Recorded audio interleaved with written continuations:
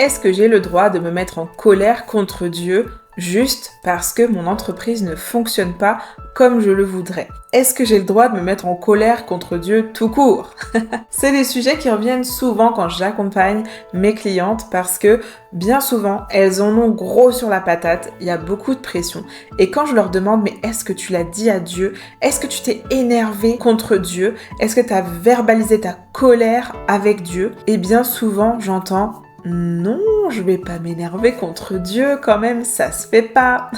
Eh bien aujourd'hui, moi je te dis que oui, tu peux t'énerver contre Dieu. C'est biblique dans le sens que il y a plein d'exemples dans la Bible et je peux te dire que ça fait du bien pour l'avoir expérimenté plusieurs fois. Évidemment, c'est pas l'état principal qu'on vit dans la relation avec Dieu, mais comme dans toute relation, eh bien ça fait partie des choses qu'on peut verbaliser. Alors je vais te le détailler dans cette vidéo, mais avant, laisse-moi me présenter. Donc je m'appelle Sarah Hollon et j'accompagne les femmes chrétiennes qui sont entrepreneurs ou qui veulent entreprendre à développer un business selon le cœur de Dieu, en étant pleinement qui elles sont, en ayant leur potentiel qui soit développé, en ayant confiance en elles, en communiquant et en vendant avec les principes du royaume, avec des principes qu'on retrouve dans la parole de Dieu.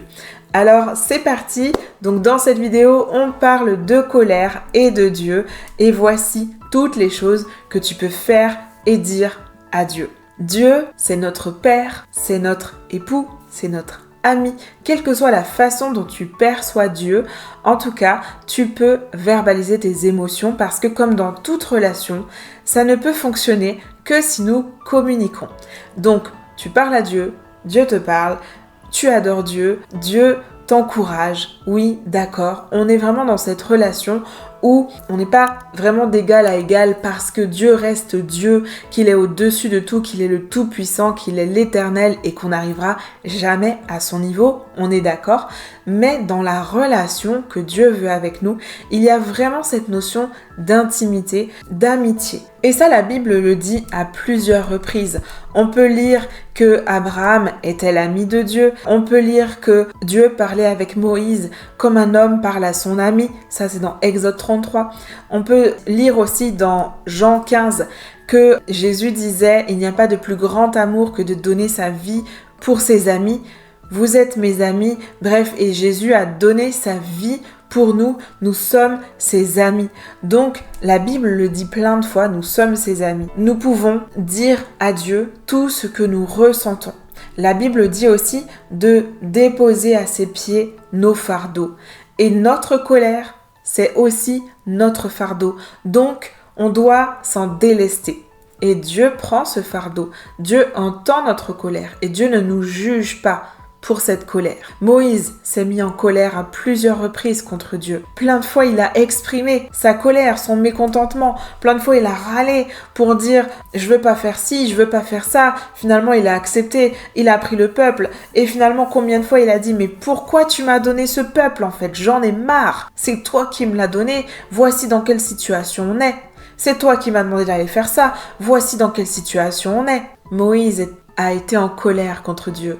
Et pourtant, Dieu est resté son ami. Dieu a continué à le guider. Dieu a même parfois entendu sa colère et a dit « Ok, du coup, on va faire comme ci, on va faire comme ça. » Tu peux exprimer ta colère. On a aussi le prophète Jérémie. Dans Jérémie 20, au verset 7, Jérémie dit « Tu m'as persuadé, Éternel, et je me suis laissé persuader. Tu m'as saisi, tu m'as vaincu. » Et là, ça me fait penser à moi plein de fois dans mon parcours business. J'ai dit à Dieu, mais attends, c'est toi qui m'as confié cette mission. Moi, je t'ai obéi en fait. Tu m'as persuadé. Je me suis laissé persuader. Je suis allée faire ce que tu m'as demandé. Et voici comment je galère aujourd'hui. Seigneur, c'est pas normal. Fais ta part en fait. Moi, j'ai fait la mienne. Fais ta part. Et au verset 9, il dit, « Si je dis, je ne ferai plus mention de lui, je ne parlerai plus en son nom. Il y a dans mon cœur comme un feu dévorant qui est renfermé dans mes os. Je m'efforce de le contenir et je ne le puis. » Et ça me fait penser à toutes les fois où du coup j'ai voulu arrêter. Où j'ai dit, en fait Seigneur, le projet que tu m'as mis à cœur, ça marche pas, j'en ai marre, j'arrête tout. Et je ne pouvais pas, c'était plus fort que moi, ça brûlait en moi, j'étais obligée d'aller faire ce que Dieu avait mis en moi, tellement c'était fort, tellement c'était puissant. Et toujours dans ce même chapitre, à la fin, au verset 18, Jérémie, il en peut tellement plus, qu'il dit carrément « Pourquoi suis-je sorti du sein maternel pour voir la souffrance et la douleur et pour consumer mes jours dans la honte ?» Il exprimait à Dieu à quel point c'était difficile, à quel point il en avait marre, à quel point cette mission-là, c'était douloureux. Et pourtant, il a continué. Pourtant, Dieu a continué de l'utiliser. Ils ont continué à avoir cette relation intime, forte et puissante. Mais n'empêche qu'il a verbalisé à Dieu. Et est-ce qu'on parle du livre des Lamentations ? Je vais pas détailler, mais il a exprimé toutes ces choses-là à Dieu. On a aussi Jonas, qui est furieux contre Dieu quand Dieu épargne Ninive. Parce que lui, Jonas, il voyait pas pourquoi c'était bien de sauver ces gens-là. Il voulait que la ville soit détruite. Et du coup, il s'est énervé, il a manifesté sa colère contre Dieu. Et Dieu lui a donné une leçon bienveillante. Donc oui, tu peux exprimer ta colère à Dieu. Tu peux lui dire, mais Seigneur, tu m'as poussé à lancer un projet. Et regarde aujourd'hui comme c'est difficile. Regarde aujourd'hui tout ce que je traverse. Regarde les difficultés techniques, les difficultés financières. Regarde ce que ma famille dit de moi. Regarde comment je suis soutenue ou pas soutenue. Dis les choses à Dieu. Il veut les entendre. Oui, il est Dieu. Oui, il le sait. Oui, tu dois l'adorer. Ok, c'est bien.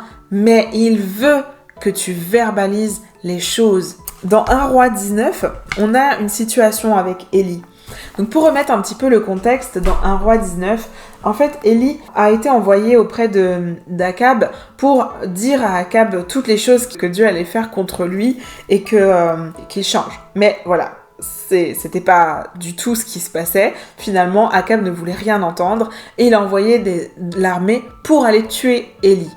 Et donc Élie arrive dans 1 Roi 19 en mode épuisé, il fuit en fait, et il se retrouve dans le désert à fuir contre l'armée pour ne pas mourir, ne pas se faire tuer. Il est épuisé, il s'écroule sur le sol, il a plus mangé, il a plus rien à manger, il n'a plus rien à boire, il est vide de son énergie, il est dans le désert, donc il fait chaud, il se couche, il s'endort et il y a un ange qui vient. Il y a un ange qui vient qui lui dit « Lève-toi, mange ». Il mange, il boit, il se recouche.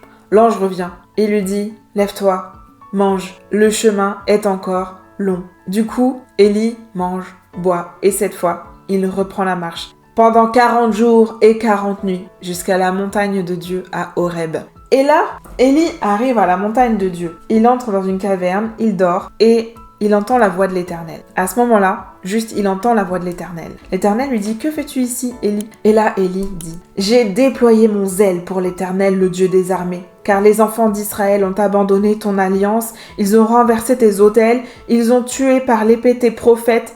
Je suis resté moi seul et ils cherchent à m'ôter la vie. » Moi, ce verset, je l'imagine en colère, vraiment en colère. Il dit « Mais Seigneur, tu m'as envoyé là-bas, ce peuple te rejette. Tu m'as envoyé là-bas pour leur parler. Maintenant, ils veulent me tuer. On fait quoi ? On fait quoi ?» Je l'imagine comme ça. Et tu sais ce que Dieu fait à ce moment-là ? Dieu ne lui dit pas « Oh, tu me parles sur un autre ton, calme-toi tout de suite, on se détend. » Non, Dieu ne fait pas ça. L'Éternel dit « Sors, tiens-toi dans la montagne devant l'Éternel. » Donc tu sais ce que Dieu fait quand il entend la colère d'Élie ? Il descend, il vient devant Élie, il vient à sa hauteur. C'est exactement ce qu'on conseille de faire avec les enfants. Quand on a un enfant en colère, on se met à sa hauteur pour pouvoir lui parler et pour pouvoir le rassurer. Et devant l'Éternel, il y eut un vent fort et violent qui déchirait les montagnes et brisait les rochers. L'Éternel n'était pas dans le vent. Et après le vent, ce fut un tremblement de terre. L'Éternel n'était pas dans le tremblement de terre. Et après le tremblement de terre, un feu. L'Éternel n'était pas dans le feu. Et après le feu, un murmure doux et léger. Quand Élie l'entendit, il s'enveloppa le visage de son manteau, parce qu'on ne pouvait pas voir l'Éternel en face. Il sortit et se tint à l'entrée de la caverne. Et voici, une voix lui fit entendre ces paroles. « Que fais-tu ici, Élie ?» Élie répète, « J'ai déployé mon zèle pour l'Éternel, le Dieu des armées, car les enfants d'Israël ont abandonné ton alliance, ils ont renversé tes autels, ils ont tué par l'épée tes prophètes. Je suis resté là, moi seul, et maintenant ils cherchent à m'ôter la vie. » L'Éternel a considéré la colère d'Élie. Il est venu, il est descendu à son niveau. Il est venu l'écouter en face. Pourtant, l'Éternel, il savait déjà tout ça, hein. On est d'accord. Dieu savait très bien ce qui se passait. Dieu sait tout. Dieu savait très bien ce qu'Élie était en train de vivre. Dieu savait très bien ce qu'Élie ressentait à l'intérieur de lui. Mais il lui a posé la question 2 fois. Une fois, quand on entendait juste la voix, il n'était pas là présent. Et une fois, quand il est venu devant Élie. Mais pourquoi il a fait ça? Parce qu'il voulait qu'Élie verbalise ce qu'il ressentait. Et Élie a vidé son sac. Élie a vidé son sac. Et qu'est-ce qui se passe après? Dieu lui donne la suite de la marche à suivre. Il fallait qu'Élie vide son sac pour pouvoir recevoir la suite. Donc peut-être que tu es dans cette situation aujourd'hui. Peut-être que tu es en colère à cause de tout ce que tu vis dans ton entreprise.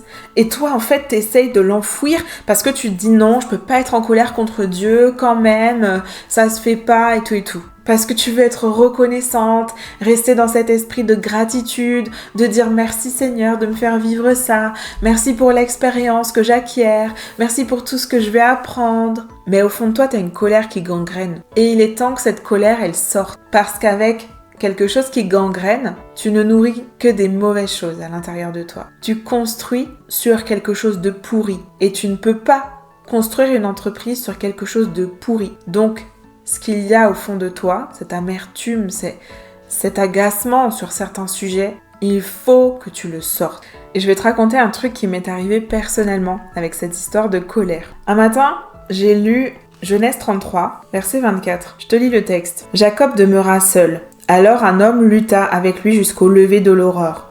Voyant qu'il ne le maîtrisait pas, cet homme le frappa à l'emboîture de la hanche, et l'emboîture de la hanche de Jacob se démit pendant qu'il luttait avec lui. Il dit « Laisse-moi aller, car l'aurore se lève. » Et Jacob répondit « Je ne te laisserai point aller sans que tu ne m'aies béni. » Il lui dit « Quel est ton nom ?» Il répondit « Jacob. » Il dit encore « Ton nom ne sera plus Jacob, mais tu seras appelé Israël, car tu as lutté avec Dieu et avec des hommes, et tu as été vainqueur. » Jacob l'interrogea en disant « Fais-moi, je te prie, connaître ton nom. » Il répondit « Pourquoi demandes-tu mon nom ?» Et il le bénit là. Jacob appela ce lieu du nom de Péniel, car, dit-il, j'ai vu Dieu face à face et mon âme a été sauvée. Et donc un matin, je lis ça, je me dis, il est quand même trop bizarre ce récit. On sait pas d'où sort l'homme, on sait pas qui c'est. C'est assez étrange en fait, comme passage, très mystérieux. Et puis le soir, j'étais dans ma voiture et tout, j'avais une bonne demi-heure de route. Je commence à prier tranquillou avec une petite instrumentale, mais vraiment je prie tranquille quoi. Et puis d'un coup, je ressens que j'ai de la colère au fond de moi et qu'il faut que cette colère sorte. Et je commence à m'énerver, à dire à Dieu, je suis en colère pour ça. Je comprends pas pourquoi il se passe ça. Je sais pas pourquoi tu me fais vivre telle situation. Et plus ça va, plus je me mets en colère, mais à crier dans la voiture. Et vraiment, j'étais en train de hurler dans ma voiture. Ça a pris des proportions. Et puis je me disais, tu sais, ma petite voix humaine là, quelque part, qui disait, mais ça va, t'es en train de faire quoi là? T'es dans un délire. Mais j'arrivais pas à m'arrêter. C'était plus fort que moi. Je sentais que Dieu me disait, vas-y, fais tout sortir. Et j'ai repensé à ce texte que j'avais lu. Et j'ai eu vraiment cette impression de me battre contre Dieu. Et de lutter, de me battre et genre de me déchaîner. Et en fait, clairement, on est d'accord que dans ce passage, l'homme là, si c'était Dieu ou même un ange, il pouvait partir tranquille. Il n'avait pas à lutter contre Jacob. Et pourtant, il est resté là jusqu'au lever du soleil. Il a accepté de combattre contre Jacob. Je me disais, mais pourquoi? Mais peut-être que Jacob avait plein de choses à extérioriser. Il fallait que ça sorte. Et Jacob a lutté pour recevoir sa bénédiction. Et ce soir-là, quand j'étais en train de hurler dans ma voiture, j'ai dit, moi, maintenant, je déverse tout. Je vais passer tout mon trajet à vider mon sac. Je hurlais, je crachais tout ce que j'avais à sortir. Toute la colère que j'avais, toute l'amertume, toute la rancœur, toutes les choses que je comprends pas, toutes les choses qui ont fait que j'avais des raisons d'être énervée. par rapport à l'entreprise, par rapport à l'argent, par rapport à des choses dans mon mariage. J'ai vidé mon sac en hurlant dans ma voiture et je pensais à ce passage de la Bible que j'avais lu. Je me disais, je me bats contre Dieu et je ne vais pas sortir de ma voiture sans que j'ai reçu ma bénédiction. Et j'ai fait ça. Et progressivement, je me suis sentie mieux. C'est comme si ça m'a vidé, ça m'a allégé, ça m'a soulagé d'un poids, d'un truc lourd qui pesait à l'intérieur de moi, qui me faisait mal, qui était douloureux. Et j'ai tout sorti. Et à la fin, j'étais tellement apaisée. J'ai commencé à adorer Dieu et à dire Seigneur, je t'aime, je t'aime, je t'aime, je t'aime. Et j'ai pas reçu une bénédiction claire. D'ailleurs, dans le texte, il y a écrit il le bénit là. Voilà. Après avoir dit pourquoi me demandes-tu mon nom, il le bénit là. On sait pas du tout ce qu'il lui a dit. On sait pas du tout ce qu'il lui a dit, mais il l'a béni là. Voilà. Et hop, il est parti. Je me rappelle pas non plus de ce que Dieu m'a dit, mais je sais que avoir vidé ma colère m'a béni. J'avais besoin que ça sorte. Et quand c'est sorti, c'était incroyable comment je me sentais bien. Donc voilà, peut-être que t'es dans cette situation toi aussi et t'oses pas trop te mettre en colère contre Dieu. Je t'encourage à le faire. Ça veut pas dire que tu vas rester en colère contre Dieu, que tu vas te rebeller. C'est pas ça. C'est juste que t'as un trop-plein à évacuer, que tu as des choses à dire, que ces émotions, il faut les verbaliser pour ne pas les garder et ne pas que ça gangrène à l'intérieur de toi. Donc vide ton sac, Dieu t'écoute, c'est une certitude. Alors mets un commentaire sous cette vidéo, dis-moi, je vide mon sac maintenant. Merci Seigneur, Amen. Je prie vraiment pour mes sœurs, pour qu'elles puissent extérioriser tout ce qui a besoin de sortir, qu'elles puissent se sentir mieux et que dans ta présence, elles soient réconfortées, renouvelées et que comme Élie, une fois qu'elles auront vidé leur sac, elles recevront les directives pour la suite. Alors Seigneur, vraiment gloire à toi. Merci à toutes de m'avoir écouté. Mettez un like, abonnez-vous, partagez cette vidéo à quelqu'un qui en a besoin et je vous dis à très bientôt dans un nouvel épisode.